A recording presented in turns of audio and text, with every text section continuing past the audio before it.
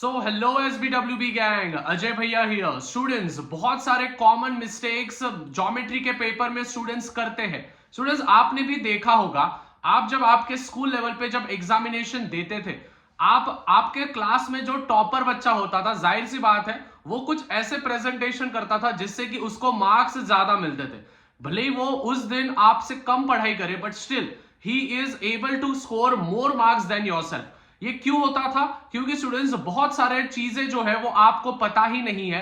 तो स्टूडेंट्स, बिल्कुल भी टेंशन नहीं लेना। इस वीडियो में कुछ मैं 10 पॉइंट्स ऐसे बताने वाला हूं जो कि कॉमन मिस्टेक्स एक एवरेज बच्चा, एक बिलो एवरेज बच्चा करता है। अगर उन्होंने ये चीजें अवॉइड की और आपने भी कल के बोर्ड एग्जामिनेशन में ये चीजों को अवॉइड किया, तो आप भी टॉपर के रेंज में आ सकते हो। अभी आप बोलोगे भैया आपको कैसे पता? देखो स्टूडेंट्स, जब मैं 10th स्टैंडर्ड में था तो मैथ में मैंने 95 मार्क्स मैंने स्कोर किए थे आउट ऑफ 100। आप जैसे यहाँ पे मेरा रखे तो मैं रिजल्ट बता दूंगा आपको।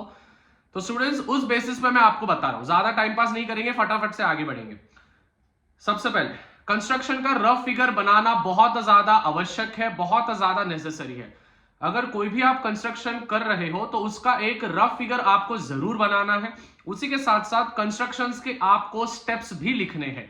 ध्यान से सुनना, कंस्ट्रक्शन के रफ वर्क और कंस्ट्रक्शन के स्टेप्स, ये दोनों चीजें अगर आप करोगे तो कंस्ट्रक्शन में आपको आउट ऑफ मार्क्स मिलेंगे, नहीं तो बोर्ड्स वाले आधे से 1 मार्क आपका काट सकते हैं। तो ध्यान में रखना, कंस्ट्रक्शन का रफ वर्क और कंस्ट्रक्शन के स्टेप्स। स्टेप्स कैसे लिखोगे? मन से भी स्टेप लिख दे कि भाई पहले रेडियस बनाया, फिर सर्कल बनाया, जो भी चीज है, फिर टेंजेंट बना दिया।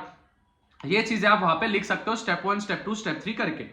उसके बाद, rough work should always be on the last page. Last page पे रफ वर्क और लास्ट पेज पे फॉर्मूलेस लिखना बहुत ज्यादा नेसेसरी है।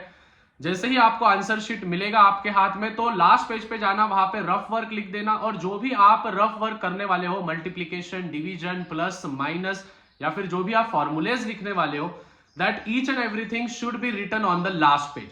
फोर्थ वाला है, no extra supplement for rough work. बहुत सारे बच्चे क्या करते हैं, रफ वर्क के लिए टीचरों से सप्लीमेंट मांगते हैं। सबसे पहली चीज, ये बहुत ज्यादा गलत है, क्योंकि सप्लीमेंट जो होता है वो सप्लीमेंट आपके नाम पे दिया जाता है। तो जाहिर सी बात है, रफ वर्क के लिए अगर आप सप्लीमेंट दे रहे हो तो आपका पेपर होल्ड पे भी रखा जा सकता है, या फिर आपको मार्क्स नहीं दिए जाएंगे, क्योंकि सप्लीमेंट आप एक्स्ट्रा ले रहे हो, बोर्ड्स वालों का नुकसान कर रहे हो। नेक्स्ट, फिफ्थ वाला, हर क्वेश्चन का गिवन और टू फाइंड लिखना चाहिए। जो भी 2 मार्क के क्वेश्चन है, 3 मार्क के क्वेश्चन है, 4 मार्क के क्वेश्चन है, हर एक क्वेश्चन का आपको गिवन, टू फाइंड, सॉल्यूशन आपको लिखना अनिवार्य है। आपको लिखना ही पड़ेगा ज्योमेट्री के एग्जामिनेशन में। कट मत करना, मतलब प्रेजेंटेशन जितना हो सके उतना अच्छा करना, काटा कुटा मत करना। वहां पे गलत हो गया तो बिल्कुल भी मत करना। मैंने मेरे ऑफलाइन के क्लासेस में भी बोला है, बहुत सारे जो गर्ल्स है मेरे ऑफलाइन क्लासेस में, वो क्या करती थी, मतलब जब भी सॉल्यूशन करती थी, कुछ सॉल्यूशन उनको नहीं जमता था तो वो पेंसिल से करती थी।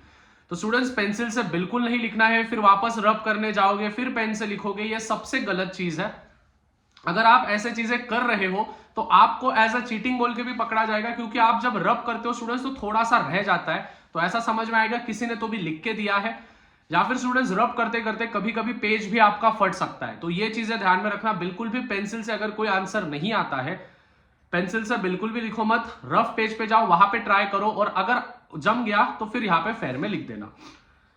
Next, make boxes for the answers. हर एक आंसर को आपको एक प्यारा सा बॉक्स बनाना है, एक बॉक्स बनाते जाना है। अगर आप कोई भी आंसर को बॉक्स नहीं दे रहे हो, हाईलाइट नहीं कर रहे हो आंसर को, तो जाहिर सी बात है आपका प्रेजेंटेशन अच्छा नहीं दिखेगा।